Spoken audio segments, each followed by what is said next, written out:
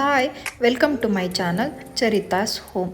ಇವತ್ತು ನಾನು ಟೊಮೆಟೊನ ಬಳಸ್ಕೊಂಡು ಒಂದು 5 ನಿಮಿಷದಲ್ಲಿ ಆಗುವಂತಹ ಸಾಂಬಾರನ್ನ ತೋರಿಸ್ತಾ ಇದ್ದೀನಿ. ಸಿಂಪಲ್ ಟೊಮೆಟೊ ಸಾರು ಅಂತಲೇ ಹೇಳ್ಬೋದು.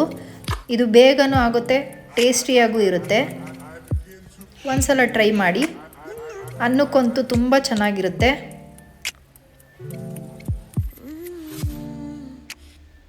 ಇಲ್ಲಿ ಫಸ್ಟ್ಗೆ ನಾನು ಒಂದು ಪಾತ್ರೆಗೆ 4 ಹಣ್ಣಾಗಿರೋ ಟೊಮೆಟೊನ ತೊಗೊಂಡಿದ್ದೀನಿ.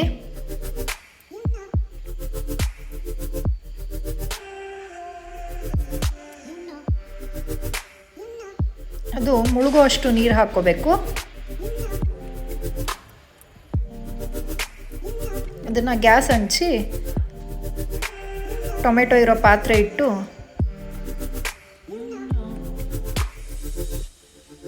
ಚೆನ್ನಾಗಿ ಅದನ್ನು ಬೇಯಿಸ್ಕೋಬೇಕು. ಒಂದು 10 ನಿಮಿಷ ಬೇಯಿಸ್ಕೊಂಡ್ರೆ ಸಾಕು.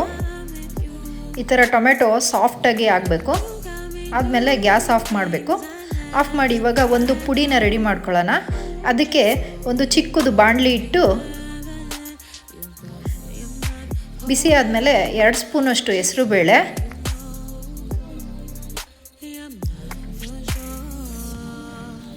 ನಂತರ 1 ಸ್ಪೂನಷ್ಟು ಜೀರಿಗೆ, 1 ಸ್ಪೂನಷ್ಟು ಮೆಣಸು. ಇದನ್ನು ಹುರ್ಕೋಬೇಕು, ಘಮ ಘಮ ಅನ್ನಬೇಕು.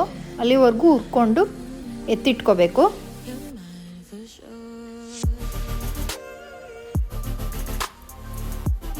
ಅದು ಆರಿದ ಮೇಲೆ ಮಿಕ್ಸಿ ಜಾರ್ಗೆ ಹಾಕಿ ಅದನ್ನು ತರ್ತರಿಯಾಗಿ ಪೌಡ್ರ್ ಮಾಡಿ ಇಟ್ಕೋಬೇಕು.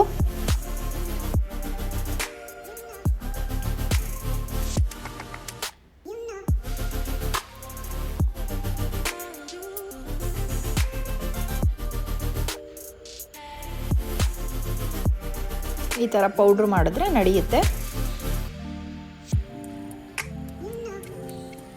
ನಂತರ ಇವಾಗ ಟೊಮೆಟೊನ ಸ್ವಲ್ಪ ಆರಿದ ಮೇಲೆ ಅದನ್ನು ಕೂಡ ಮಿಕ್ಸಿ ಜಾರ್ಗೆ ಹಾಕಿ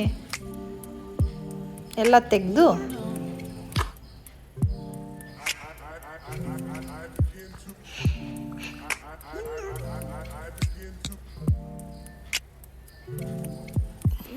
ನುಣ್ಣಗೆ ರುಬ್ಬಿಟ್ಕೋಬೇಕು. ಈ ಥರ ಪೇಸ್ಟ್ ಥರ ಆಗಬೇಕು. ಈ ಥರ ನಂತರ ಇವಾಗ ಸಾರು ಮಾಡೋಕ್ಕೆ ಗ್ಯಾಸ್ ಅಂಟಿಸ್ಕೊಂಡು ಪಾತ್ರೆ ಇಟ್ಕೋಬೇಕು. ಇಟ್ಕೊಂಡು ಅದಕ್ಕೆ 2 ರಿಂದ 3 ಸ್ಪೂನಷ್ಟು ಎಣ್ಣೆ ಹಾಕ್ಕೋಬೇಕು.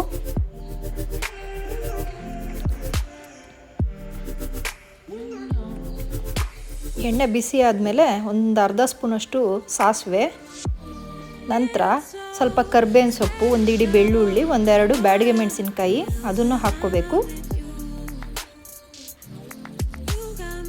ಅದನ್ನು ಎಣ್ಣೆ ಜೊತೆಗೆ ಹುರ್ಕೋಬೇಕು.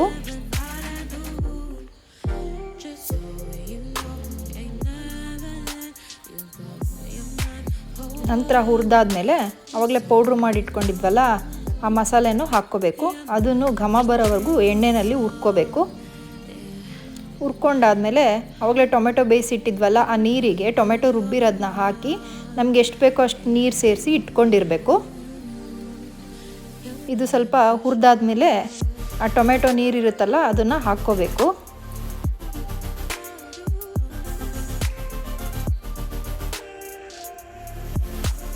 ಹಾಕಾದ್ಮೇಲೆ ಒಂದು ಅರ್ಧ ಸ್ಪೂನಷ್ಟು ಅರಿಶಿನ, ರುಚಿಗೆ ತಕ್ಕಷ್ಟು ಉಪ್ಪು,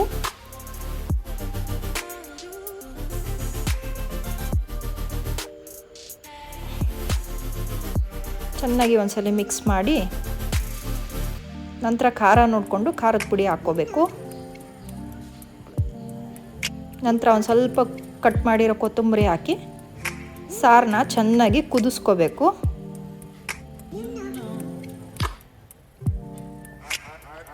ಈ ಥರ ಕುದ್ದಾದ್ಮೇಲೆ ಸಾರು ರೆಡಿ ಆಗುತ್ತೆ. ಇದು ಟೊಮೆಟೊ ಸಿಂಪಲ್ ಟೊಮೆಟೊ ಸಾರು ಅಂತಲೇ ಹೇಳ್ಬೋದು. Thank you for watching. Subscribe to my channel.